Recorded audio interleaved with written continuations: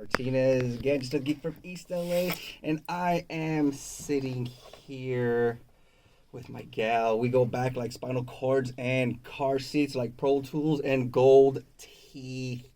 Everybody, my comadre, this is our girl. B. B. Ooh, you know what? Let's try putting the microphone on for B. How about that? Maybe we do that. We could hear B. Can't hear me? I hear you now because I was over here goofing, making mistakes with no hand on the button to get you going. And before we get into it, I want you to help me introduce this wonderful talent that we have next to us. And Becky, I'm a little intimidated by our guest because, for one thing, we're sitting here with a phenomenal talent who has been in and out of these studios quite a few times. She's been featured on Montiel's show CMTY Live. She's definitely one of the goddesses. She's hung out here with Mr. OG and his wife Julie, and now she's sitting here with us, Becky. So we got the multi-talented. She is a scriptwriter, filmmaker, into art and music, and her name is Lupe Montiel. Yes. Hello. Thank Hi, you. how are you? Thank you for having me. No, thank you for coming coming. in. And you know what? Let me say thank you.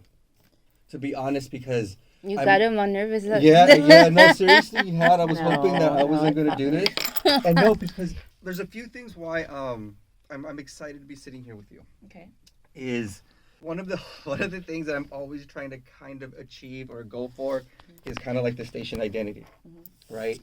So being able to have you sit here with me, and you've been on all these other shows, like these other phenomenal shows. It's gonna be hard for me to follow those shows after this, but it's the fact that there's been a few of us already showcasing your talent and really kind of supporting and really making the point of sitting, featuring, and talking with our local guests, our community guests, people who are making a huge difference in these arts. And one of the things that, like many of the things that Becky listed that you can do in terms of talent is your poetry. And that's something I kind of wanted to talk about tonight, because you've really been pushing the poetry. Not pushing the poetry, but you've been performing a lot. Yeah. The poetry. It's been quite a ride. It's not unpredictable because I do, work in different branches of the art world. But there's some years where I find myself working a lot of theater, and then all of a sudden that dies down a little bit, and then I'll be busy with film, and then I wrap that, and then something else will pop up, like I don't know, curate an art exhibition. Yeah. Or I'll be asked to direct another play, or I'm doing something. It's just been really unexplainably busy this year for whatever reason with poetry.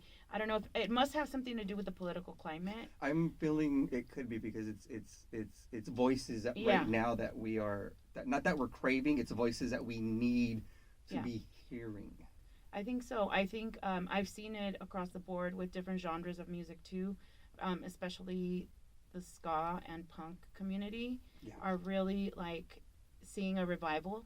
And I'm really happy about that because I come from that era of the 90s where you're an old punker. You're an old punker. Let's admit it. You're an old Let's punker. talk about her outfit too, right? My. Ooh. You're very kind. Yes, No. Becky. And Becky. Oh, well, I'm a Social Distortion fan. Yes. Yeah, so Social Distortion is one of my favorite bands. I just saw them at Amoeba a few weeks ago. They had that because there's an album that Mike Ness came out, solo album, right? Or was it a whole distortion? It's a whole distortion album, right? It's the first album they've released in 15 years. Wow. Which for me was okay, yes, bring it on, because I need to. It's time. We're long overdue for it. So I was really happy to see that. And there's a lot of there's new bands like the Mainliners, and they sound like the old bands, but it's a new band. They're awesome, and I just saw them too at Dr. Strange's Summer Bash over in Pomona. They had that, and so that was awesome. But I mean, I just love that like bands like Voodoo Glow Skulls are back on the scene and they're really busy. Even bands from Mexico like Panteon Rococo, they haven't really stopped playing since the pandemic, like since everyone came back. I mean, it's something's going on. It feels like I think that especially right now with political climate being the way it is, people want to have an outlet for all the energy they have, all the things they want to say. They want to, they want music that really describes what they're feeling, and I think that also is happening with poetry. That I know I am the curator of a book that is about to be released. It's called Anger is a Gift. Oh, okay, we'll talk about that. That's too. a big one. Yes. Anger as a gift or is a gift. Oh, It's from the lyrics of the song Freedom from Rage Against the Machine. Okay. So it's really awesome. And there's a whole story behind it, and it's really exciting. All right. It's over 150 poets that participated in this book. We'll definitely talk about it. That's something that you're creating, and we're going to get into a little more. But you know what, everybody, let's just get into one song or so, because I know we are definitely going to be focused on our guest tonight. But you know what, let's get a little bit of music out. So everybody right now, go ahead and fill up your cup. Go take a little break. Go get those clothes that you guys may not have folded this week. And right now's a perfect night. Pair those socks. Pair those socks. Yeah, right now's a My perfect. least favorite. Yeah, your least favorite thing to do. Go ahead Those and do socks it. go missing. Oh man, and I think we'll find it's a out conspiracy. on a whole other episode. The conspiracy of socks. Yeah. But there was at least a moment in your life that made you come hang out over here, Boyle Heights, and fall in love with some of the talent, and actually gave you. If I pick this up wrong, please correct me. Okay. But it sounds like Boyle Heights opened up your heart in a way for you to delve deeper into that creative sphere that you. Would you be willing to share some of the things that you shared with Becky during the song break? Yeah. So during the pandemic, for whatever reason, writing really flourished. For me, especially, I know for a lot of people, but I'm speaking from experience. I was invited to write with different groups of writers, and I learned a lot, and I just kept wanting to learn more and more. So it all started with a writing group during COVID, and then that writing group, we ended up publishing a book, and I was the only poet. I was the only person that wrote a poem that was published in the book. Wow. And the book ended up winning the ILBA Award, like an honorable mention, the International Latino Book Award. And so that was right out of the gate. And simultaneously as that's happening, I became part of the board of directors of a nonprofit.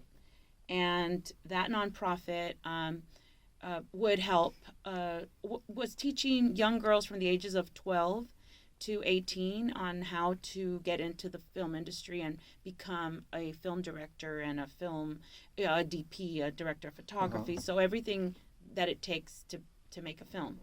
And from, the blank page all the way to the film festival, basically. So when I saw that, I thought, wow, this is like a big deal. We need more women in film. So, and my daughter was really looking to get into that. So that happened too. So that was happening as I was writing. I was also working with this organization that is building up women in the film industry, and that was awesome to do. I did that for a couple years, good 2 years, something like that. And as I'm doing that, I'm also so I'm writing poetry and I'm writing narrative and I'm doing all these things. But it just dawned on me that as I'm getting a lot more involved in film, that I should really learn how to write films. Okay. So there was a group that I found by chance on the internet, but they were based out of Mexico City. But that was huge for me because soy mexicana, nací en el DF, and I speak perfect. I read it, I write it, and I said, why not? I should do this. So I got into this group, and I wrote 2 films, a short and a feature film. And we're going to make one of those this year. I actually have a producer for that film this year. What is it about? That one, well... Just give us a little bit. Which one? It's called The Fall. The Fall. And it is about La Caída. It's The Fall. In Spanish. Yeah. And it's about a family that pretty much unravels during the pandemic. It goes from 0 It's from 100 to 0. Like literally, they fall apart. The day after the pandemic. Oh wow. Yeah, the day after the shutdown, the family life went from idyllic, perfect, lovely, model family in the community, pillars of the community, to unrecognizable. Wow. And it really shows the breakdown of a whole family life, and it's really sad. I wrote some things in there that my writing coach, was really taken aback from. I mean, I didn't realize this, but he was like, you know what, you hit a taboo subject, and I'm not really going to get into it because then that's like a spoiler. It's the meat of the story, but we don't have to get into it. But again, he pointed something that was when he pointed taboo. That it was taboo. Was that something that you didn't see? What was your response to that? Because was it taboo to him, but not taboo to you because that was part of the culture, the community that you were creating in this film? Yeah, it was. It's not something that's often done for audiences. Okay. Commercially. Okay, so that's where I wanted to get because I didn't know if that's where we were going. Yeah. Like it was taboo because this is taboo because it's to life taboo, or was it taboo because it's an industry kind of taboo? Something it's an industry taboo. Okay. Yeah. And we don't want to get into sure. like you said. We're gonna keep it. Because we want people to go see it. And even though he said that, even though he said that, it just like I felt like all the more reason I'm leaving it in. I was gonna say because really what it did was just make you go. It just dared you, right? It's almost as if it dared you. Okay, then let's do it. Well, I have created as an artist. I have that creative license. I don't have to censor myself. Yeah. So I was really committed to the story, and I really wanted to leave that in, and I'm going to leave that in. Okay, cool. I mean, if it gets cut because of other reasons, whatever, but I'll do a director's cut too. The point is that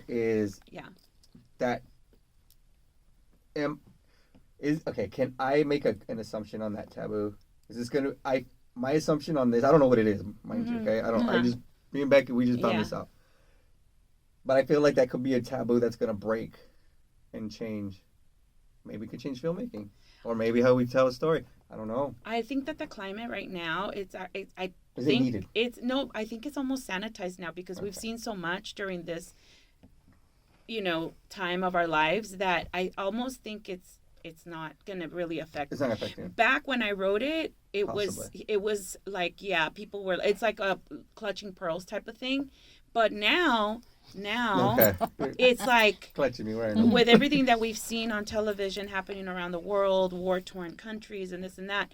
It's not. It's not gonna be. No. I think we're past the whole. We're past that. We're putting sugar on the tongue. We're done. Well, that's kind of what I wanted to just at least try to find that. And I will say it deals with a child being hurt. Okay. So it's but seeing it on film, he was really like, "Wow, you're gonna do that," and I thought, "Yeah." I write the types of things that I want to. The kinds of things that I used to like to read and go see it on film. Those films that really touched me in very deep ways kept me thinking about them for like a week or two or up to a year. And so those are the types of films I am committed to writing. The types that are like they're gonna keep you awake probably for a few days. Yeah, you want to keep talking about the project. Yeah, that's what a good movie does. Yeah, it keeps you going. Maybe makes you want to see it again because there's always something that you missed on the first viewing. And sometimes even when you go see that movie like on the big screen, sometimes the audience can also impact what you may or may not notice. Correct. So it's they catch things. Yeah, they catch things, and that's what a good movie does, though. Yeah. Okay, cool. So we got a couple projects, definitely films. That's one, the fall, and then I have another film that I'm gonna be making as well. It's called Red Room, and that's about a bar here in Boyle Heights. And that one I'm really excited about because it's inspired by the work of Tim Burton and David Lynch. So it's a very surreal. So you're walking into a bar that's almost mystical, and that was a lot of fun to write. I wrote it. I wrote the play. It was a play. I wrote it first as a play. I didn't know that I was doing it the right way. Francis Ford Coppola suggested that if you're going to write films and you're going to make films, you should probably write them first as a play and test it out on an audience and then take a lot of notes and then figure out what you're going to do with that. and then go through the whole expense and the whole like work of making it into a film, because it's not like making enchiladas. Making a film is not like that. It's a lot of work, and it could be traumatic, but it's okay. Like, we like that challenge, so it's a fun ride. But so that film, I was over at the Poppy Jasper Film Festival up north. I was actually moderating some Q&As for the festival. They called me and they said, hey, can you moderate? And so I moderated a new film by Danny Trejo. It's called Magic Meat. It's really gross, but it's very it like cool. A horror, or is it just yes, like a it is. goofy? It is a horror movie. Okay, But it's kind of like a dark comedy. Okay, you know? okay. So there's that, and then there was another one called De Aquí de Allá, and that film was awesome. It's about the only DACA attorney. Like, this is an attorney that is a DACA recipient. He literally, I'll send you the link so you could check it out. It's I really want to see. Yeah, it's called De Aquí de Allá. And then the other movie that I did the Q&A with is Motos, which is a film. Sumpago Films is the name of the film company, and I also have a film festival, and we actually already showed that film, and they showed it again last week at La Leaf. And this film is like a buzz because the two actors are friends of mine. Bobby Soto and Rafa Cobos are in it, and they are outstanding actors.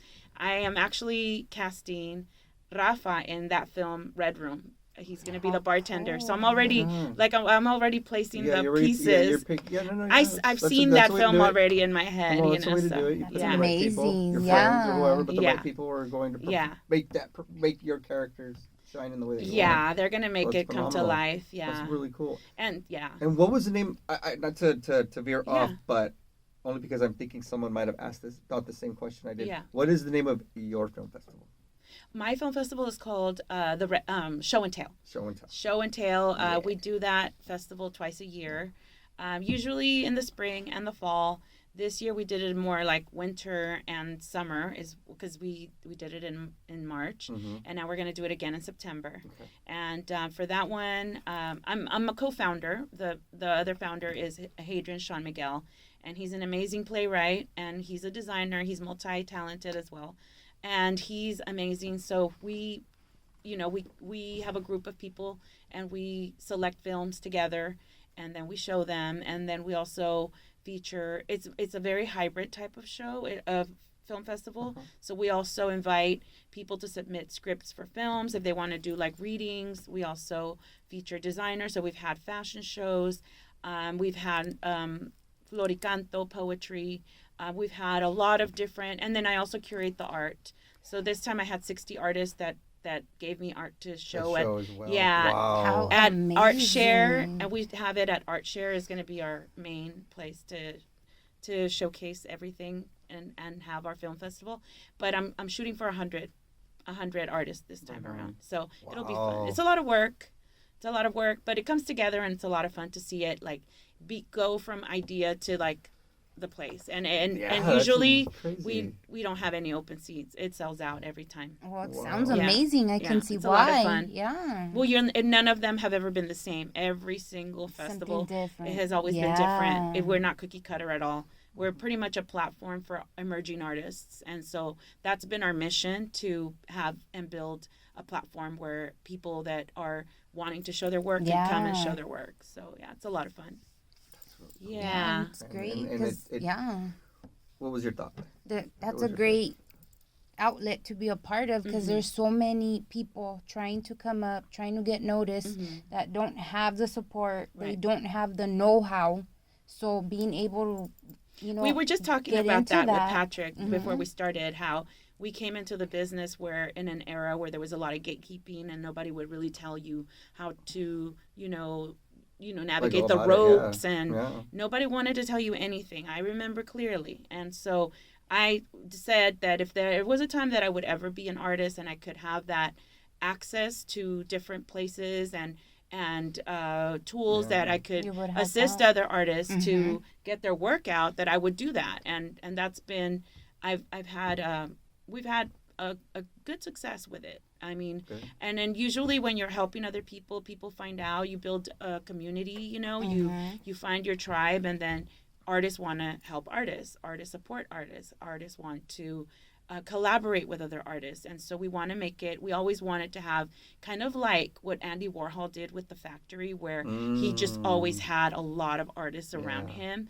and everybody had different ideas, and everybody looked different, and everybody wanted to bring something to the table. Like that was Hadrian and our vision for our festival, was to showcase emerging artists. And so that's what we're doing. It's a lot of fun. It's really cool. Oh, no, that's, and not only that too. It's sometimes people just want that information, and you're providing it. Sometimes people just want, and that was part of the conversation that you and I had. I mean, for me, some of it was also.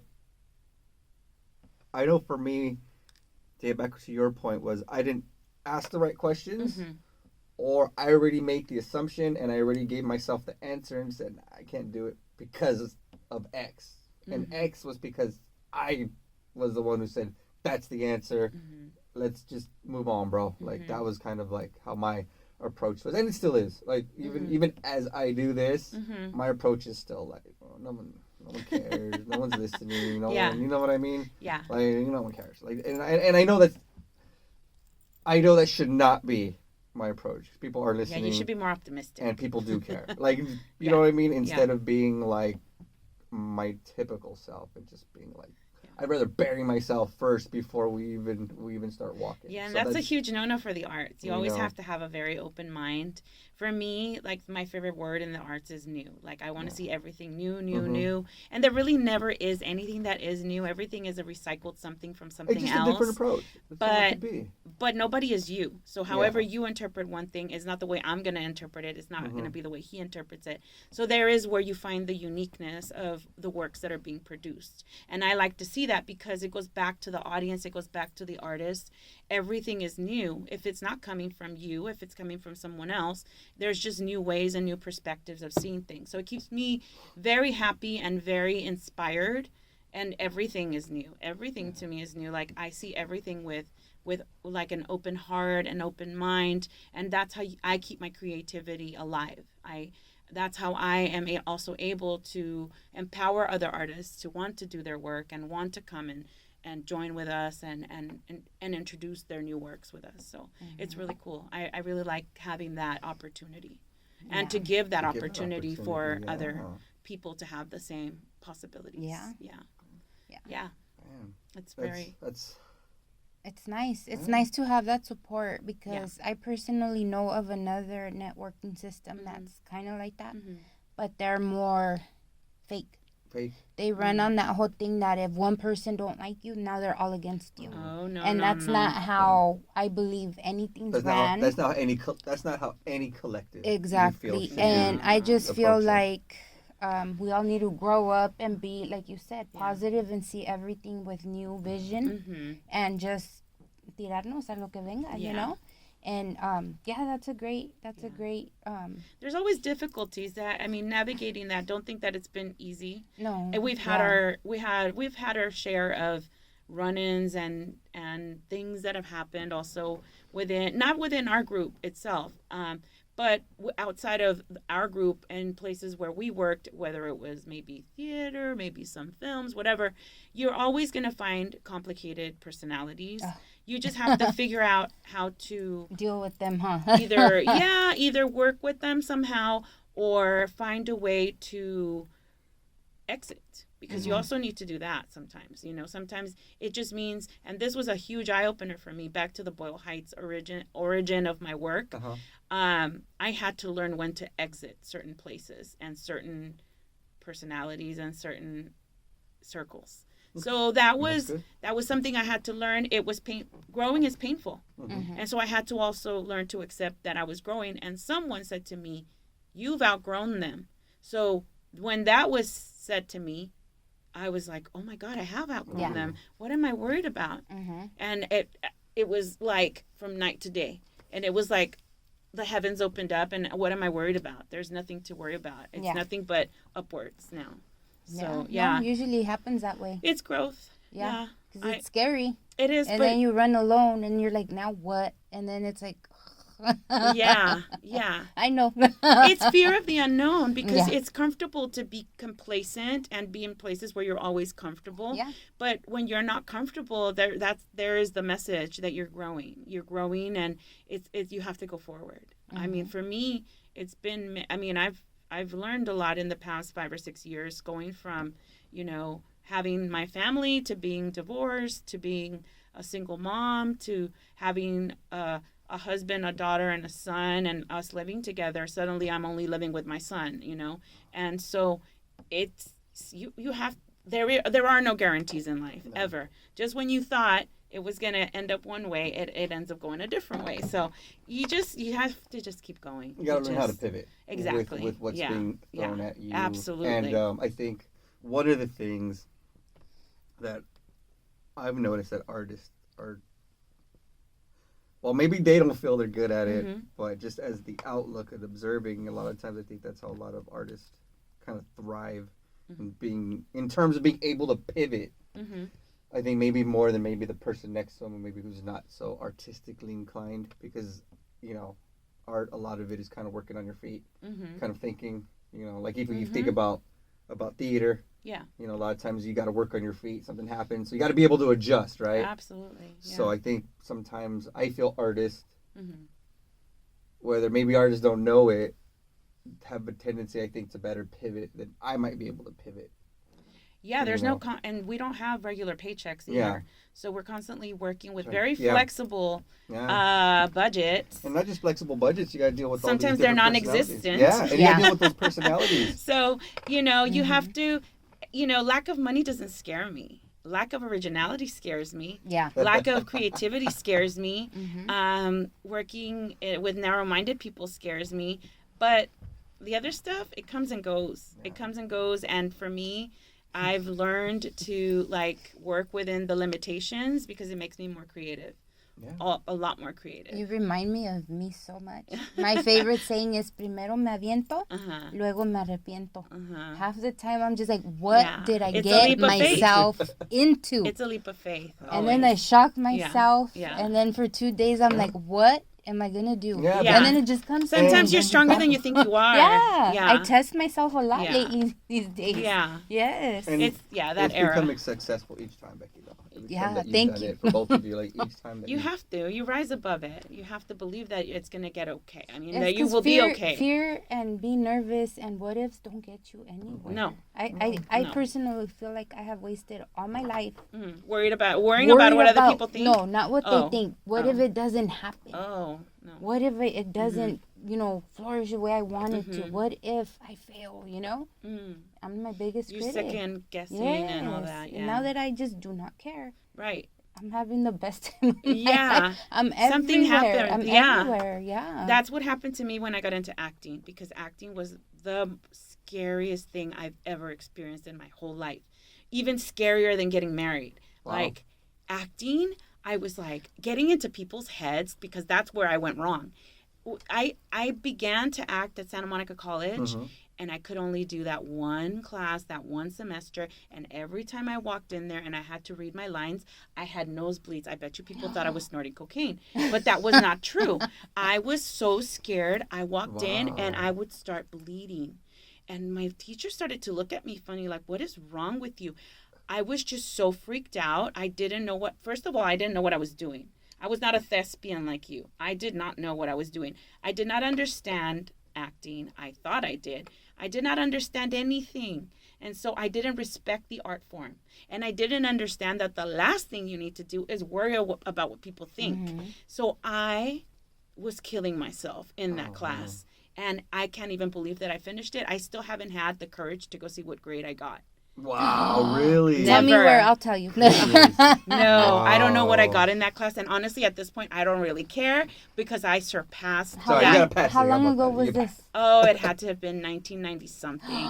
It was in the 90s. You know what? Statute of limitations. You can't go that far, right? No, but it's hilarious because then when I started to write for theater, And then it all came back, huh? No, but the understanding came back, no, when you were writing, or I mean, there were things that were flashbacks. Yes, I wasn't exactly green. I was still wet behind the ears, but I was not completely green, you know. And so what had happened was that I was writing for theater, and then we did a play festival. My play didn't, because of politics, internal politics, and my play was really good, but it didn't get picked, but whatever. So anyways, but I was there. Even after the fact. They have names that shall not be mentioned. Don't get me rowdy, because I'm ready. Vámonos. So what had happened was, so then what happened was that I supported the festival and did everything that I had to do. I was gonna exit in a classy way. I was not going to let that put a damper on my work. So I behaved professionally and did what I did and helped out where I could. And during one of the shows, they needed a character to be filled in, and then I go, well, who's gonna fill it in? You guys have been doing rehearsals for X amount of weeks. Who's gonna do that? Oh, they looked at me. Oh, you don't know? I thought, no. I mean, I don't know anything about this. This is new to me. And they said, oh, the writers fill in for that. Whoa. And I was like, really? If I'm the writer and my actor isn't here, I have to go do that? They said, yeah. And I thought, oh my God. So then I went home and I mulled it over and I thought about it. I'm like, okay, you know what? I'm just going to act then. I thought about it. I'm like, so you're telling me that the writers have to fill in for the actors? Okay. All right. I got this. Yeah, I wrote the play. I know the play. You know the lines. Why the heck can't I do that? Yeah. So the next time when I had to cast for the play, I couldn't find the tia. Okay, I needed a tia. I went to and I didn't put an open call for the tia. So then I was like, you know what? I wrote it. Why am I stressing? I wrote it. I can't find the tia. I'll be the tia. I'm going to be the tia. Yeah, and I flew off the deep end. I love it. I did not know what I was doing. And the only reason why these actors put up with my BS was because I wrote that play. You wrote it. Well, if you and that's when I found out that the writers have power. Yeah. And that's why I have to tell you that, yes, I am a writer first. I am a writer first. That is so cool. Yeah. I want to be if you ever need a tia, a vecina, all right, vieja chismosa down the street, I'm right here. Oh, okay. We always need those. And she ain't going to be acting at all. Yeah, that's why I wanted to kind of open it up, because there's a lot of people who have taken, Royal Heights in East Los Angeles to heart. In a very strong way. Yeah. And has also, not only that, for me, from someone growing up in this area, I'm very welcome of it, because I need people sometimes outside of here to remind me on certain things here. Being a Portugal growing up here was I don't want to say it was hard and difficult, but, it made you just kind of want to disappear, fall into the cracks, and I became invisible. And the one thing about it is I can't get myself out of it. And the invisibility that I created. And it's interesting. I don't know where it comes from. It is what it is. But it's usually because no one right now is really here helping me kind of put things together. So when I talk to people such as yourself, I start using what you're sharing and kind of going, looking at the things that I might have missed, ignored, or just was whatever about. You become jaded sometimes. Sometimes. Yeah. But I think for me, what I've liked is because what I like is when I see a talent like you, because it's and hearing what you said is beautiful to hear why you were so drawn. And it has to keep reminding me, because the one thing I'm having a hard time, and I don't know if I shared this with Becky, is that invisibility. Yeah. I made myself my whole life invisible. I don't even know how I did it. I'm like, what? Even when I think of stores that I'd always gone to, and I can kind of tell they don't remember me. And I was like, I did that so well, because I used to be in your store for hours under these crates looking for records. Wow. So I did it so well that I can't it's like I don't think I can ever come out of it. So when I hear the things that like you share, I take it to heart because I'm like, well, how can I get out of it? Or do I want to get out of this invisibility? Because like you said, is this my comfort? Yeah. No, I mean, you have to, I believe that you have to make a conscious decision of how much visibility you want for yourself, because in this age of technology, that's not hard to do. That is not hard. I mean, it's you just have to be really creative. But there are definitely ways to grow yourself as a brand. And I've always been very good at marketing things because I come from the music industry and I created a lot of careers for a lot of unknown artists. So I know how it is for artists to be unknown, but I also know how to create visibility for them. And I applied those concepts and that discipline to my work. So since I saw that I was creating all of this like visibility for all these artists, I would introduce them to radio, to TV, to press.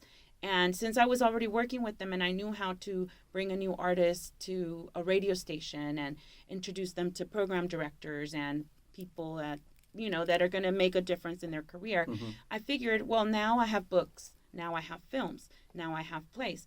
Well, I know how to do all that. Why don't I just do this for myself? So I manage my own career. I'm always like, it's a lot of work. Yeah. Because when you create the work, you're not done. Then you have to sell it. You have to tell everybody what you're doing. This is like selling toilet paper or fabric softener or something. Because you got to make somebody want it and know that it's kind of essential for them to have, right? The budgets that go into marketing a product are massive. And if you knew how much money, if they stopped advertising Tide and all of those big brands, people do forget. People will eventually forget. So you have to create you have to be consistent with, the promotion that you put together for your project. So I have kind of a rhythm I'm getting into a rhythm of like how and when. And I also don't like to, I believe that you can also overexpose yourself. You don't want that either. Because that's kind of annoying. You don't want to be that annoying person that's always everywhere. That can be annoying. That's me. And like Anne Hathaway, like she put herself away for a while because she had so many movies all at once that she felt so overexposed. She used to make fun of herself. She was saying very self-deprecating things. And then I started to understand, you know what? That's overexposure. Like she felt it because there was a time that she had so many movies coming out. It was like, God, do we have to see her? No. Yeah. Yes, but there's a reaction from the public where they're like, oh my God, do we have to see her again? Like, honestly, like, okay, she's really good. But she left for a few years to kind of like clean everyone's palate and, kind of go away a little bit. But now she's back because with The Devil Wears Prada and things like that. So it happens, but you have to be really careful with everything. It's a very delicate thing to do with marketing your work. But anybody can be invisible or, that's work too. You worked on that. But you can do the reverse too. And you can also, tell people what you're doing and talk about, your life perhaps. Sometimes people really like relatable subjects and relatable stories. And they appreciate it. I think that's what people are looking for now, a lot of connection. And that's where people in our Generation X, we're the strong ones right now because we have so many stories to tell and everybody wants to hear them. The kids want to connect. They want to know how we did what we did without the internet, without all the things they have. And it's giving them no secrets. Exactly. Giving them no secrets. That could be a whole film. Like my kids ask us, were you born with the dinosaurs? Things. Yes. Were you with the dinosaurs? Oh, yeah. They start with that nonsense. That's one of the things I do at work. Because at work, to kind of go back what you're saying, at work we have to have these devices. Well, my job is I got to put stuff back. So we have to have these devices that tell us, right? And then we have to have like a radio. So there's times where sometimes I can't have that equipment. So I have to tell myself, there's one time I had no equipment. I had 6 people coming at me for stuff, and I couldn't communicate to people like, hey, this person. So I had to stop, and I went, how would I have done this in 1994? And 2 customers started busting up. Yeah. And I'm like, no, real. I go, because you 3 of you need things that I gotta try to get you to. Life is so So easy they just today. stopped Yeah. and laughed. But what was so cool about it is when I said it, they went, all right, we got you. So they started kind of helping other people because I don't know, that connected with them. That made them laugh because I was like, how did we do this in 94? Right. Because I was going to start yelling like from one end of the store to the other, like, yo, Bill, we need, like, I thought I was going to have to start yelling, but it was funny because they connected to it and they're like, all right, let's help this dork out. I mean, it's so interesting.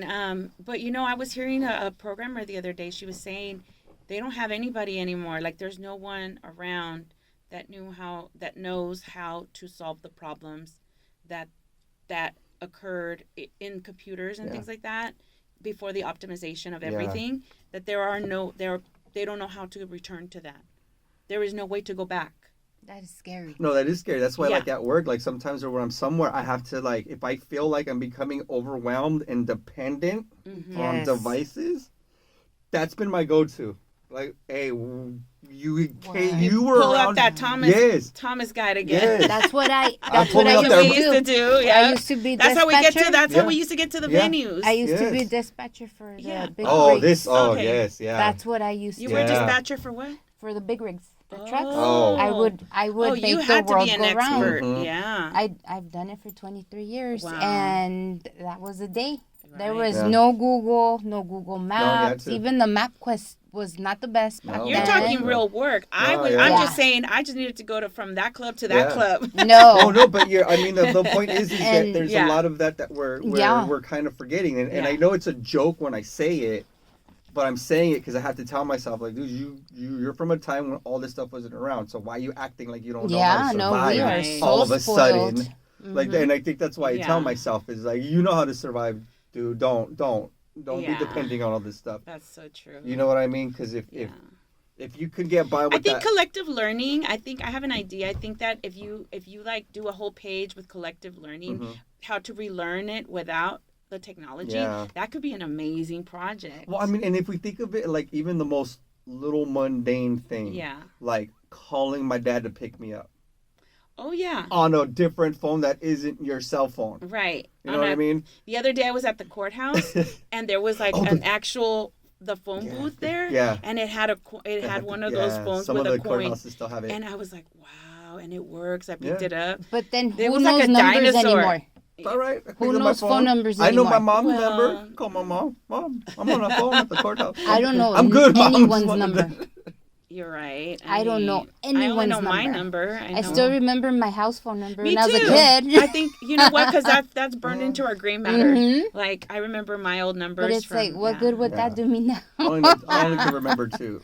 My mom's number and the first gal that broke my heart. Those are the only two Lord. numbers I What you still remember her number for? Don't ask. Don't ask. He's like, don't ask, don't tell. But yes, those are the two numbers that I can remember. Well, three because 911. But 911. Those are the only ones I can remember, and I don't know why. Like the Little Rascals, quick! What's 911 number? Did they say that really? I don't remember that. Oh the new movie, the newer movie. Yeah. Oh my God, yes, that's so the funny. 90s movie. Can you believe we're done? I know you know this mechanic of the hours coming up so fast. I know you're you're like, yes, they do. Why don't all you guys have like 3-hour shows? Yeah, there you go. Cool. If anyone's listening in management, why don't all of us have 3-hour shows? No. I know it's not possible. So, okay, the one thing I did want us to get out was one of your pieces before we wrap up. One of my pieces? Did you have a piece to play? This is called Ella. She gives up everything for love. Ella, she gives her heart to her craft, and yet for her home, for her children, for her husband, she'll set her passions aside to bring forth life. Ella, she forgives infidelity for a moment. She believes in forgiveness and rekindled love. Ella, she pacifies the madness, the chaos, the anger, even the loss of her second child. Ella, she prays to heaven for help constantly in faith, looking for healing, for forgiveness, for strength. Ella, the womb that carried death, soon made space for new life. new hope, new love, healing. Ella. She did everything she could to make it work, but marriage is a two-way street. You can't do it alone. Ella. She found new eyes. She found new love. She found a man who cared, who showered her with attention. She was transformed. Ella. The secret was out. She was in love again, with her life and with her future. No ordinary love lived in her heart.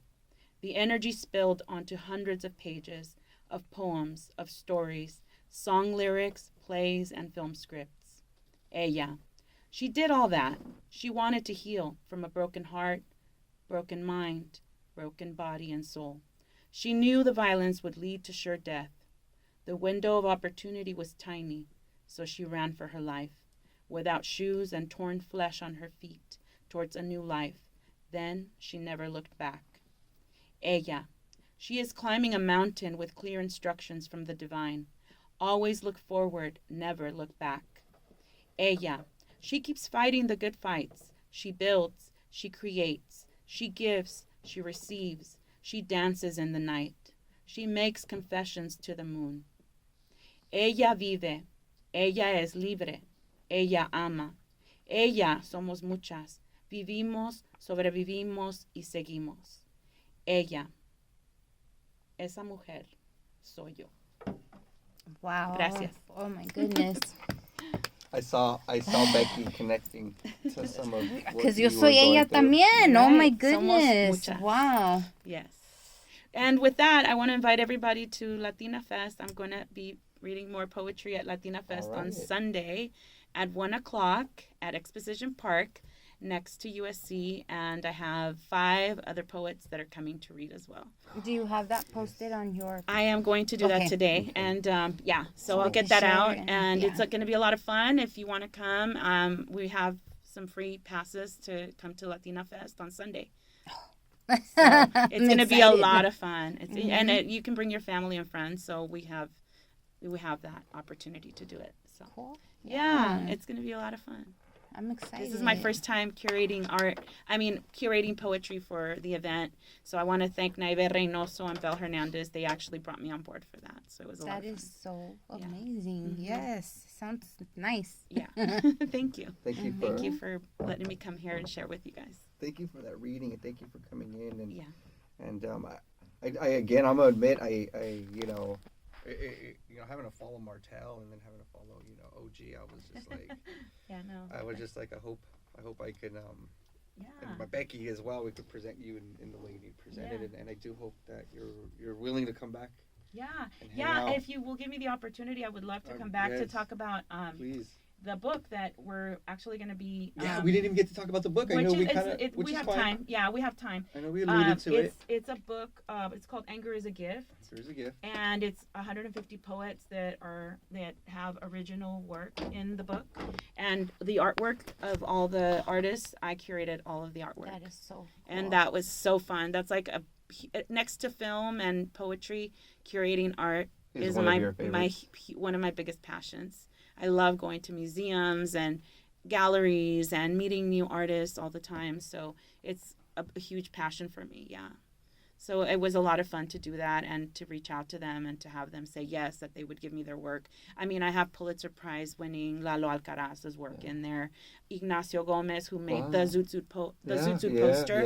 Yeah. Who else? Oh my God, so many amazing artists gave me work. Ignacio Gomez, that's the guy they had in Santa Ana, right? They had Ignacio an exhibition. Gomez, he might have had one, Yes. of course. He's been around for a while. He's an artist who he works also in sculpture, so he does different mediums. I think I seen a bunch of Yeah, his he's an stuff elder gentleman, in Santa and Ana. he lives in Pasadena, and so his work is local too. So That name and- sounds very familiar. and his work is very Yeah. successful. I mean, he's been working with Luis Valdez from Teatro Campesino for a long time. Doing a lot of the posters Yeah, and a a lot. lot of the Yeah. the work, like the bill. Mm-hmm. That is so The amazing. art on the I bill. like art Yeah. too. I love museums. I'm hoping, and that's one of my goals, I'm hoping that I can audition for something at Teatro Yeah. Campesino this winter.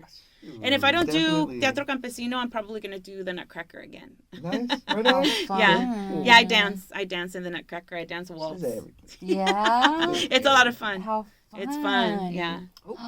So we're gonna have to wrap it up. We've Yeah. got. I'm so sorry. I always Let's hate just keep having going to till they throw us out. we're gonna close with one song. We got Divine Time coming up. So you everybody, we are gonna end it.